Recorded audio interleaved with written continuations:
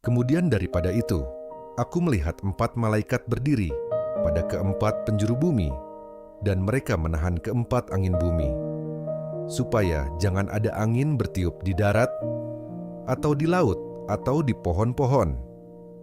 Dan aku melihat seorang malaikat lain muncul dari tempat matahari terbit. Ia membawa meterai Allah yang hidup, dan ia berseru dengan suara nyaring kepada keempat malaikat yang ditugaskan untuk merusakkan bumi dan laut. Katanya, "Janganlah merusakkan bumi atau laut atau pohon-pohon sebelum kami memeteraikan hamba-hamba Allah, kami pada dahi mereka."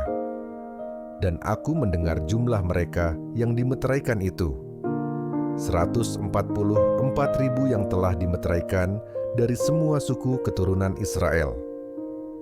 Dari suku Yehuda 12.000 yang dimeteraikan, dari suku Ruben 12.000, dari suku Gad 12.000, dari suku Asher 12.000, dari suku Naftali 12.000, dari suku Manasya 12.000, dari suku Simeon 12.000, dari suku Lewi 12.000, dari suku Isakhar 12.000, dari suku Zebulon 12.000, dari suku Yusuf 12.000, dari suku Benyamin 12.000. Kemudian daripada itu aku melihat, sesungguhnya suatu kumpulan besar orang, banyak yang tidak dapat terhitung banyaknya, dari segala bangsa dan suku dan kaum dan bahasa, berdiri di hadapan takhta dan di hadapan Anak Domba, memakai jubah putih dan memegang daun-daun palem di tangan mereka.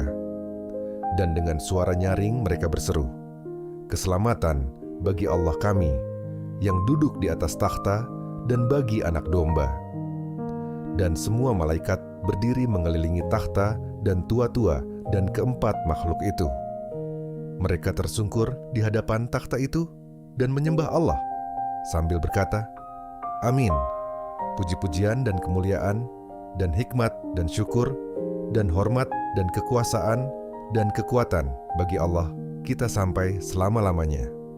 Amin." Dan seorang dari antara tua-tua itu berkata kepadaku, "Siapakah mereka yang memakai jubah putih itu, dan dari manakah mereka datang?" Maka kataku kepadanya, "Tuanku, Tuan mengetahuinya." Lalu ia berkata kepadaku, "Mereka ini adalah orang-orang yang keluar dari kesusahan yang besar, dan mereka telah mencuci jubah mereka dan membuatnya putih di dalam darah Anak Domba. Karena itu mereka berdiri di hadapan takhta Allah dan melayani Dia siang malam di bait sucinya. Dan Ia yang duduk di atas takhta itu akan membentangkan kemahnya di atas mereka.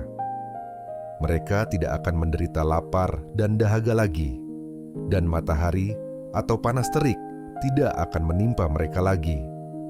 Sebab Anak Domba yang di tengah-tengah takhta itu akan menggembalakan mereka dan akan menuntun mereka ke mata air kehidupan. Dan Allah akan menghapus segala air mata dari mata mereka.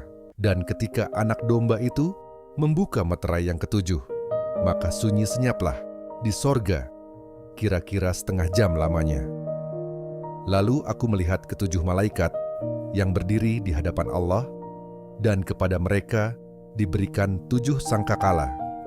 Maka datanglah seorang malaikat lain, dan ia pergi berdiri dekat mezbah dengan sebuah pedupaan emas, dan kepadanya diberikan banyak kemenyan untuk dipersembahkannya bersama-sama dengan doa semua orang kudus di atas mezbah emas di hadapan takhta itu. Maka naiklah asap kemenyan bersama-sama dengan doa orang-orang kudus itu dari tangan malaikat itu ke hadapan Allah. Lalu malaikat itu mengambil pedupaan itu, mengisinya dengan api dari mezbah dan melemparkannya ke bumi. Maka meledaklah bunyi guruh, disertai halilintar dan gempa bumi. Dan ketujuh malaikat yang memegang ketujuh sangkakala itu bersiap-siap untuk meniup sangkakala. Lalu malaikat yang pertama meniup sangkakalanya, dan terjadilah hujan es dan api bercampur darah, dan semuanya itu dilemparkan ke bumi. Maka terbakarlah sepertiga dari bumi dan sepertiga dari pohon-pohon, dan hanguslah seluruh rumput-rumputan hijau. Lalu malaikat yang kedua meniup sangkakalanya, dan ada sesuatu seperti gunung besar yang menyala-nyala oleh api dilemparkan ke dalam laut. Dan sepertiga dari laut itu menjadi darah, dan matilah sepertiga dari segala makhluk yang bernyawa di dalam laut, dan binasalah sepertiga dari semua kapal. Lalu malaikat yang ketiga meniup sangkakalanya, dan jatuhlah dari langit sebuah bintang besar, menyala-nyala seperti obor, dan ia menimpa sepertiga dari sungai-sungai dan mata-mata air. Nama bintang itu ialah Absintus, dan sepertiga dari semua air menjadi absintus, dan banyak orang mati karena air itu, sebab sudah menjadi pahit. Lalu malaikat yang keempat meniup sangkakalanya, dan terpukullah sepertiga dari matahari, dan sepertiga dari bulan, dan sepertiga dari bintang-bintang, sehingga sepertiga daripadanya menjadi gelap, dan sepertiga dari siang hari tidak terang, dan demikian juga malam hari. Lalu aku melihat, aku mendengar seekor burung nasar terbang di tengah langit, dan berkata dengan suara nyaring, "Celaka, celaka, celakalah mereka yang diam di atas bumi, oleh karena bunyi sangkakala ketiga malaikat lain yang masih akan meniup sangkakalanya." Lalu, malaikat yang kelima meniup sangkakalanya, dan aku melihat sebuah bintang yang jatuh dari langit ke atas bumi, dan kepadanya diberikan anak kunci lobang jurang maut. Maka dibukanyalah pintu lobang jurang maut itu. Lalu naiklah asap dari lobang itu, bagaikan asap tanur besar. Dan matahari dan angkasa menjadi gelap oleh asap lobang itu. Dan dari asap itu berkeluaranlah belalang-belalang ke atas bumi, dan kepada mereka diberikan kuasa sama seperti kuasa kalajengking-kalajengking di bumi.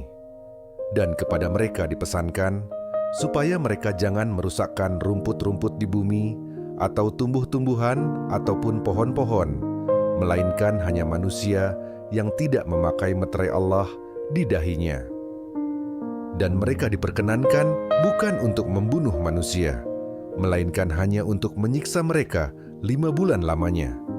Dan siksaan itu seperti siksaan kalajengking, apabila ia menyengat manusia. Dan pada masa itu orang-orang akan mencari maut, tetapi mereka tidak akan menemukannya, dan mereka akan ingin mati, tetapi maut lari dari mereka. Dan rupa belalang-belalang itu sama seperti kuda yang disiapkan untuk peperangan, dan di atas kepala mereka ada sesuatu yang menyerupai mahkota emas, dan muka mereka sama seperti muka manusia, dan rambut mereka sama seperti rambut perempuan, dan gigi mereka sama seperti gigi singa, dan dada mereka sama seperti baju zirah, dan bunyi sayap mereka bagaikan bunyi kereta-kereta yang ditarik banyak kuda, yang sedang lari ke medan peperangan. Dan ekor mereka sama seperti kalajengking, dan ada sengatnya. Dan di dalam ekor mereka itu terdapat kuasa mereka untuk menyakiti manusia 5 bulan lamanya. Dan raja yang memerintah mereka ialah malaikat jurang maut. Namanya dalam bahasa Ibrani ialah Abaddon, dan dalam bahasa Yunani ialah Apollyon. Celaka yang pertama sudah lewat, sekarang akan menyusul 2 celaka lagi. Lalu malaikat yang keenam meniup sangkakalanya, dan aku mendengar suatu suara keluar dari keempat tanduk mezbah emas yang di hadapan Allah, dan berkata kepada malaikat yang keenam yang memegang sangkakala itu, "Lepaskanlah keempat malaikat yang terikat dekat sungai besar Efrat itu." Maka dilepaskanlah keempat malaikat yang telah disiapkan bagi jam dan hari, bulan, dan tahun untuk membunuh sepertiga dari umat manusia. Dan jumlah tentara itu ialah 20.000 laksa pasukan berkuda. Aku mendengar jumlah mereka. Maka demikianlah aku melihat dalam penglihatan ini kuda-kuda dan orang-orang yang menungganginya. Mereka memakai baju zirah, merah api dan biru dan kuning belerang warnanya. Kepala kuda-kuda itu sama seperti kepala singa, dan dari mulutnya keluar api dan asap dan belerang. Oleh ketiga malapetaka ini dibunuh sepertiga dari umat manusia, yaitu oleh api dan asap dan belerang yang keluar dari mulutnya. Sebab kuasa kuda-kuda itu terdapat di dalam mulutnya dan di dalam ekornya. Sebab ekornya sama seperti ular. Mereka berkepala, dan dengan kepala mereka itu, mereka mendatangkan kerusakan. Tetapi manusia lain yang tidak mati oleh malapetaka itu, tidak juga bertobat dari perbuatan tangan mereka. Mereka tidak berhenti menyembah roh-roh jahat dan berhala-berhala dari emas dan perak, dari tembaga, batu dan kayu, yang tidak dapat melihat atau mendengar atau berjalan. Dan mereka tidak bertobat daripada pembunuhan, sihir, percabulan, dan pencurian.